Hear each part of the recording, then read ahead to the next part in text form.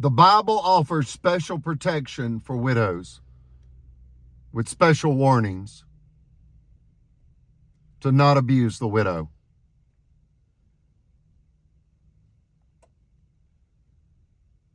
They're not defenseless. The whole world will move to protect the widow. Sheriff Phil Sims, predator, multi-million-dollar thief, liar, dangerous, criminal. Conspired with Margaret Lacey. She only has a high school diploma from Memphis, Tennessee. High school. Vice president of a $28 billion national bank in Gunnersville. When my mother's mortgage was almost paid off on $1 million property, the sheriff and the banker moved to force her into unjust forced bank foreclosure with character assassination. Folks, they don't call it assassination for nothing. They assassinated our character with lies in order to rob us of our land. It's a modern day Salem witch trial catastrophe. Yet instead of wicked witch slander, they use child rape slander. Unimaginable. They wanted us silenced, incarcerated on illegal firearms charges, illegal drug charges. They wanted us destroyed, and they moved to do it. We ask for your help. Contact your federal representatives today. For example, Tommy Tuberville in Huntsville. That's Senator Coach Tuberville. Congressman Adderholt. Let them know that American elders are being robbed by the officials in Marshall County. That's Northeast Alabama. In a way, the most evil Christians reside here. These people claim to be good faith Christians. They don't miss a Sunday prayer service. You find out it's radical religious dogma. In essence, they say, God told me. Really? Folks, they do this. God told me what? God told me you are unworthy, and God, wants me to have your property. So now they're on a mission from God. Folks, you can think it, you can speak it, but you best not do it. They did it. They pulled the trigger. They used child rape slander. It's more deadly than a firearm. You might survive being shot by a firearm. You're not going to survive child rape slander. There are 6 law enforcement officers in this catastrophe that all used sexual perversion slander and other forms of vicious slander, aiding and abetting the sheriff in $1 million prime commercial real property heist.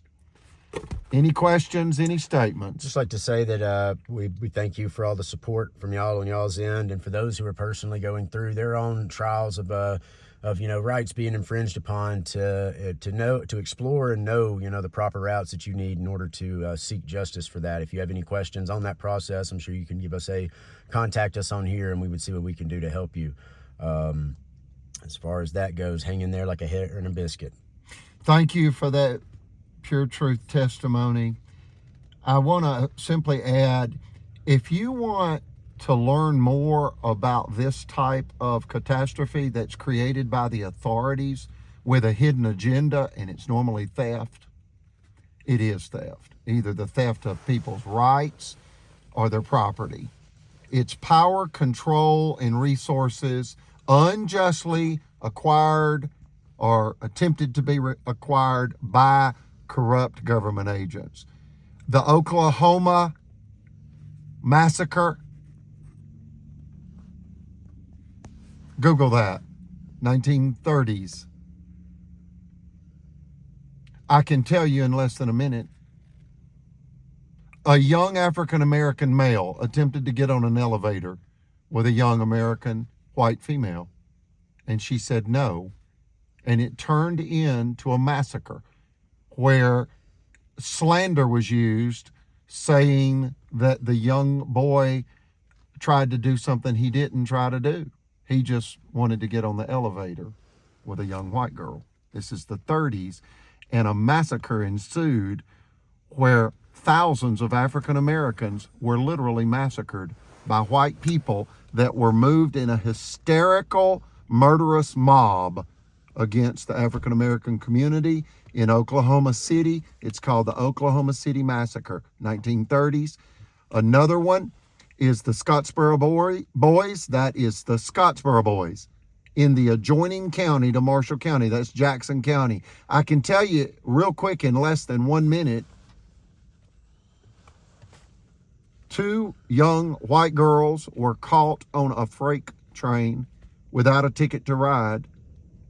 It's a misdemeanor crime, maybe a 50-cent fine.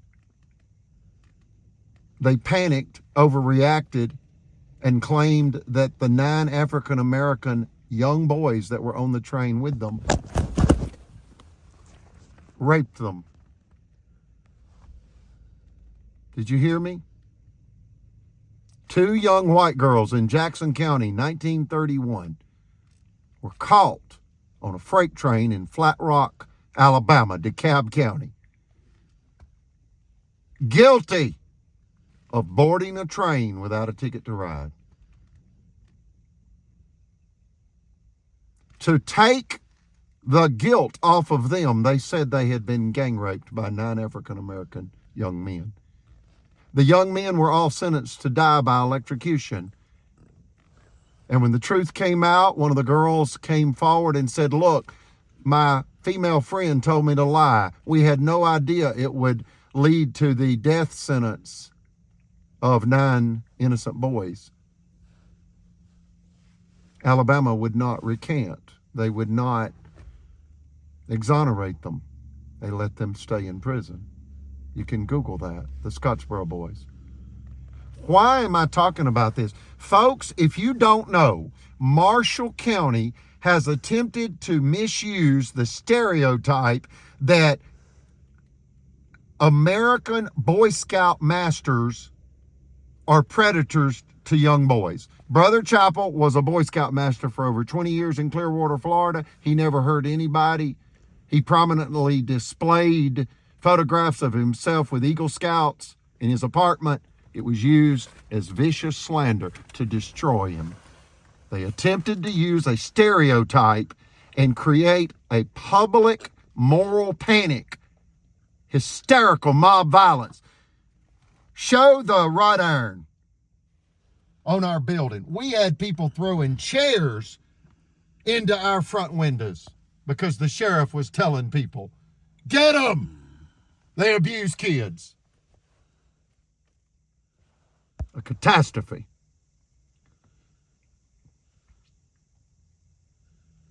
And now the villains in this catastrophe shriek in defeated disgrace.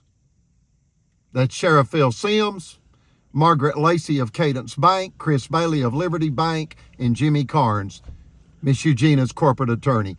Imagine a lawman, a lying lawyer, and 2 bankers go for the kill to steal $1 million prime commercial real property from an elderly disabled American female. And why? Because she stopped them trying to steal $5 million cash in the Supreme Court. Case number 1051726, Federal Credit Inc. versus Greg Fuller. They came back to kill her. I'm doing everything in my power to prevent the untimely death of my mother, and we ask for your help. Like, share, subscribe.